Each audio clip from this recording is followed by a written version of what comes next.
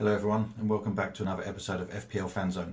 My name's Nick and today my wildcard is active.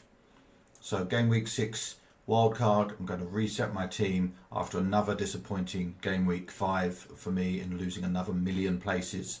I needed to reset my team. So today's video is going to look at what I'm considering, the fixtures, price changes, going to be looking at current Premier League table, I'm going to look at AI wildcards, we're going to look at experts wildcards and set a base for what my team can look like as I wildcard into game week 6. Please don't forget that if you like this video, if you get some value, to click like, hit subscribe if you're new around here, and leave comments below. Let me know, are you wildcarding this week? It seems like a popular week to do so. So without further ado, let's get started. So game week 5 was another disappointing week for me. 48 points on the board, 999,000 place drop to 4.3 million in the world. But I look at this team and I feel like there wasn't a huge amount wrong. Obviously it was going to be a tough week because Man City were playing Arsenal. Maybe I didn't prep for that as well. But Flecken, 3 points. Again, no clean sheet for Brentford. Saliba, 1 point. Gabriel coming up with another goal, so back-to-back goals for a defender is great, getting me 7 points. Vardiol could have had 2 goals if it wasn't for Raya making great saves, but only gets 1 point, no clean sheet there as Man City concede 2. Saka getting the assist before coming off at half-time after the red card for the Arsenal, so only getting the 4 points there. Salah was captain with 12 points, but only just the 1 assist in the game. Umbremo, 8 points, so I'm glad that I bought him in early. It looks like his price has gone up, rise has gone up again. Gordon, 2 points, has been really disappointing this season. It looks like Harvey Barnes has been hogging all of the points and Gordon's not been getting the returns. And then Eze, again, just 3 points, blanking again for me. Flattering to deceive. I think Crystal Palace have only scored 4 goals all season, and Eze's, while looking like his stats are good, he's looking like he could score, he's not finishing at the moment, so it's another concern in my team. I brought in Watkins this week for 6 points, which feels like a good move. Obviously, Isak was there previously, he only got 2, and then João Pedro just with the 1 point again. Muniz got 4 points on my bench, Harwood-Bellis 2 points, and Johnson 1 point. But again, another disappointing week. So wildcard is active. So how do I fix this team? How do I start climbing up those ranks? Let's take a look. So just before we get into the wildcard and my decision making for that, I actually just had a quick review of my options for game week 5. I did sell Isak for Watkins and that got me a plus 4 points. So that decision was correct. I did look at the option of selling Vardiol for Trent Alexander-Arnold based on the fixtures as a 1 week punt. That would have got me a gain of 10 points. So again, the decision making is right in terms of the right type of thinking is there, but I'm not pulling the trigger. Even if I had taken a -4 to do that, it still would have given me plus 6 points on what I achieved this season and would have put me closer to sort of hitting that medium for the week. The other option was to bench Gvardiol for Harwood-Bellis. But I think price bias played in here. It would have given me an extra point, which wouldn't have made a huge amount of difference. But again, thought process says, and the ideas are there. I'm just not executing on the right ones. The last one was just to do nothing, which would have cost me 4 points this week. So at least I didn't do that. I did some action. I did gain 4 points, but there was another 11 points on the table there that I could potentially have had this week, which would have made the week look a lot better. That it was. So overall, I'm thinking in the right direction, just not necessarily always choosing the right option each game week, which is why I'm currently sitting bang average, middle of the table, about 4.3 million out of 10.5 million players. So let's see, with wildcard, how can we change that? So one of the first things to consider when you're wildcarding is price changes. So I actually hit my wild card before game week 5 had even finished because I knew that I was going to be wild carding. I wanted Haaland in my team. So by hitting the wild card early, it allows you to catch price changes for price rises and price falls. So for me, I hit the game, even before the Sunday games had gone live. I had already hit my wild card. So I looked on the price analysis on Fantasy Football Hub, and I saw that several of my players that I was interested in for potential wildcard were going to rise in price, and also several of the players in my team were going to drop in price. So what I did was I sold the players that were going to drop in price, and I bought the players that were going to rise in price that night or in the next 2 days. Now, of course, once you've sold a player that has dropped, even you've got to remember that you've got to keep in mind the types of players that you want to keep. And there's two things to consider there. That you can sell a player that's going to drop in price, and then when you can buy him back at the lower price, therefore saving you some money and some budget moving forward. The other option that you've got to be careful of is that when you're selling players that have risen in value, say for example, I wanted to sell Salah. He might be worth 12.8 at the moment, but I will only sell him for 12.6, and if I wanted to buy him back, he would be 12.8. So I would actually lose 0.2 in that instance. So you've got to remember to consider the current value in your squad. I know Salah went up in price, so I kept him because that gave me the extra 0.1 as sale value. But I don't think Salah's going to stay in my team, but he's going to be sitting there at the moment because I don't want to. If I do decide to have Salah in my team, I don't want to buy him back at more than it's cost me to sell him. So these are things that you need to consider. So by going early, at the end of game week 5, my team value was 99.3 and I had 0.8 in the bank. So my team value was 100 million.1. By going early on all of the price changes, my current team value, and it's not the team that I'm going to have, but my current team value sits at 97.2 million with 3.7 million in the bank. So my team value now is 100 million.9. So that's a 0.8 change in the value of my team just by going early.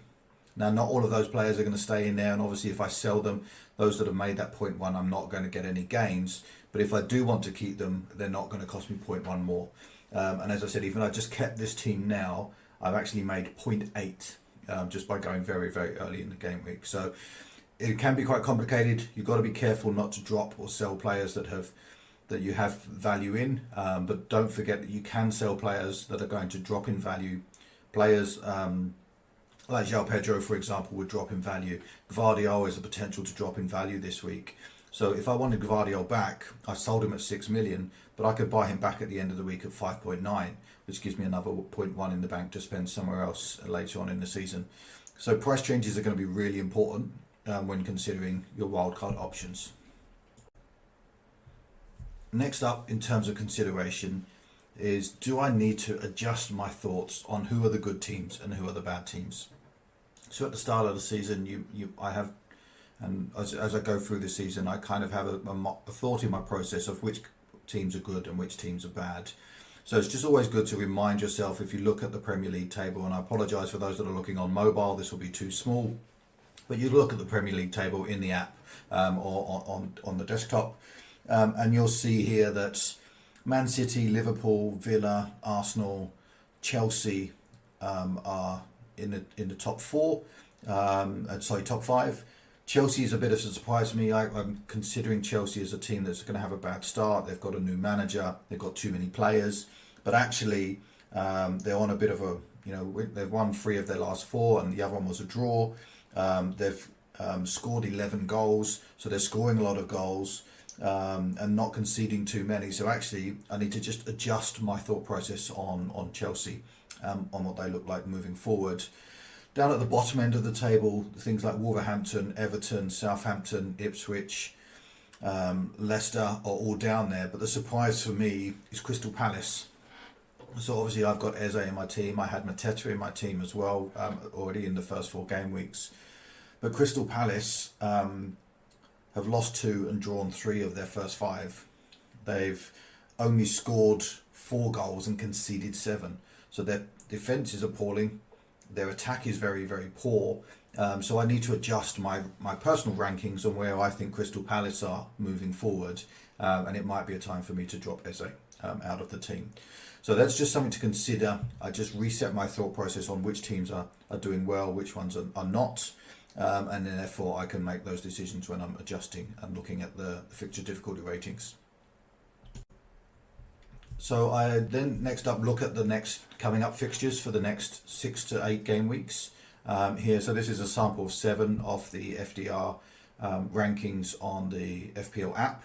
I've also compared this to the fixture analyzer on Fantasy Football Hub, and on that tool I've actually ranked them in order. So the top 6 teams with fixtures over the next 7 are Brentford are top, Everton are second, Manchester United are third, Ipswich are fourth, Arsenal fifth, and Man City sixth.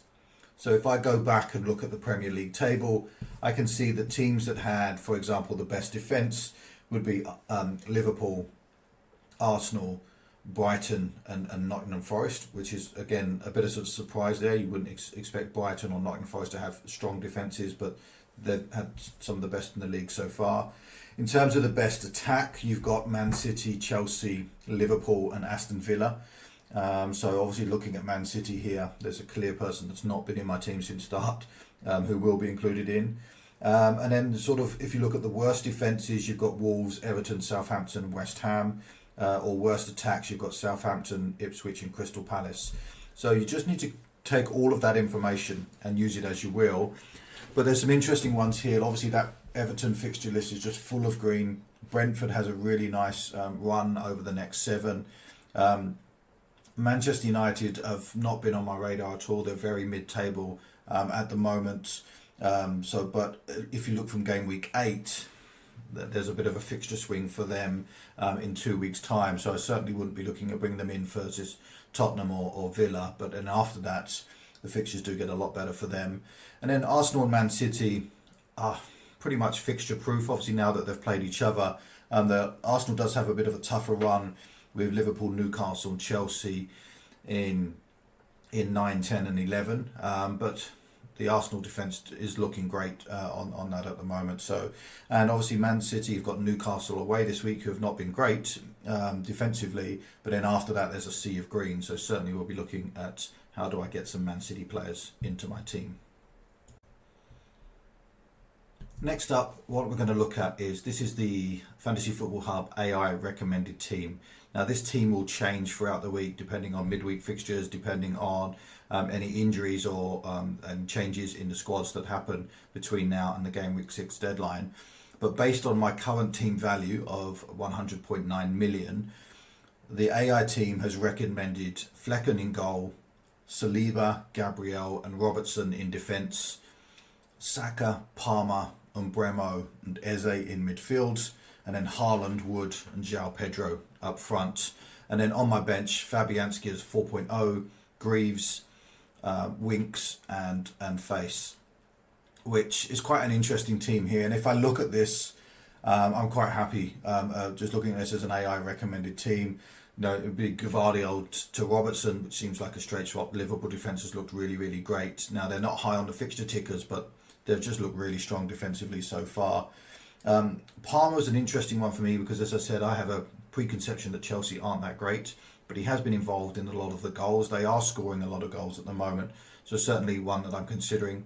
And Bremo and Saka already and Eze were already in my team, so it makes me feel a little bit strange that, hey, hang on a second, a lot of this looks like a team that I've already got, so how am I doing so badly?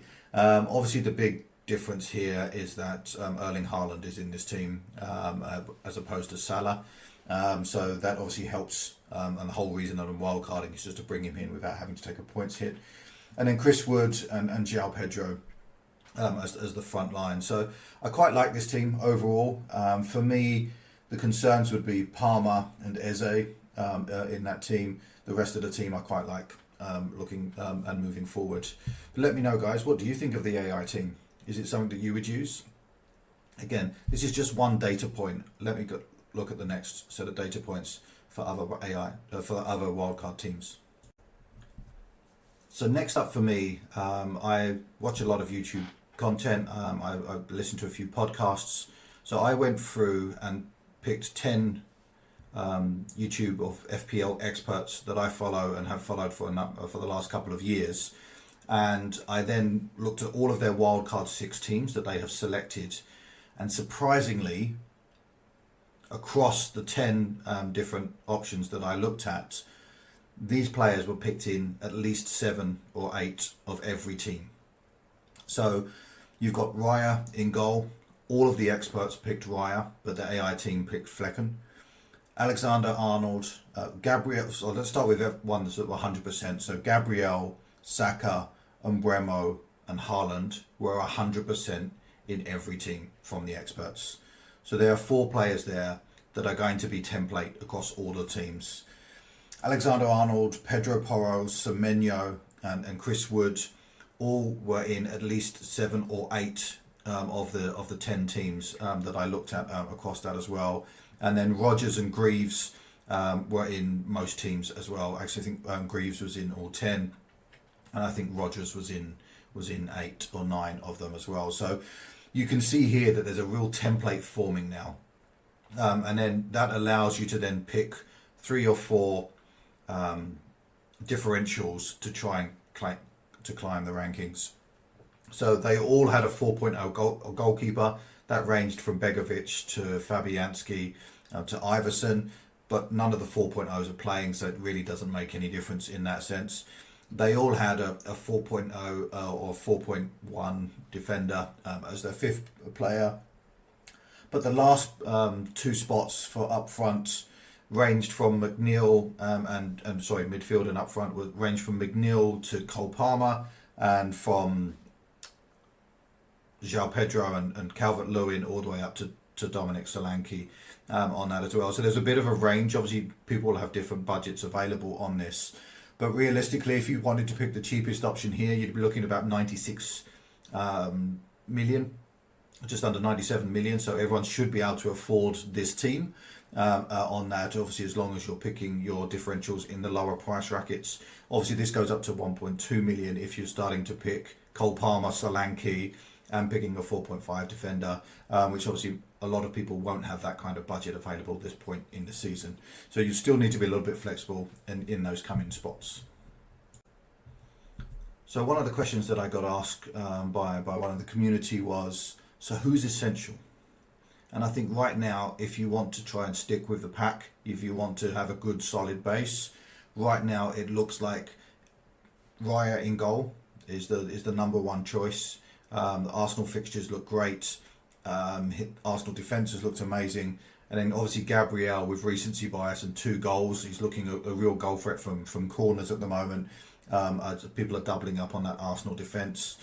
Now the Alexander-Arnold spot, people are talking about potentially having Robertson there as well. But I just think Alexander-Arnold is a better bonus points and has slightly more attacking a threat. Obviously got an assist this weekend, so he's there at the moment.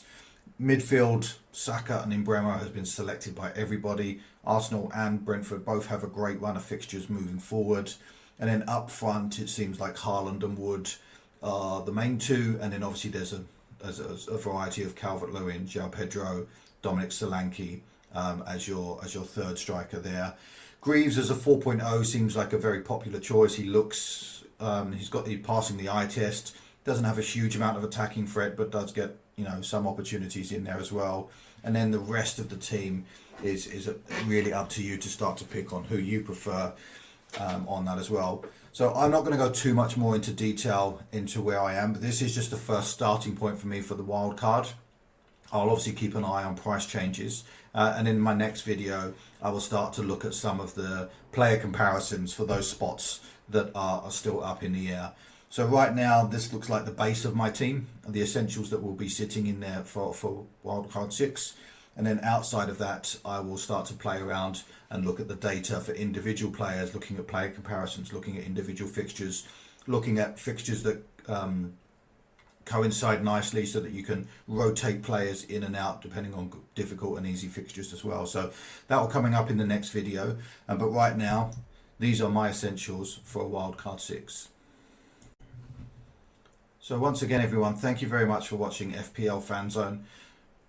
Please don't forget to like, subscribe if you're new to the channel, and drop a comment below. Are you wildcarding this week? How did you do in Game Week 5?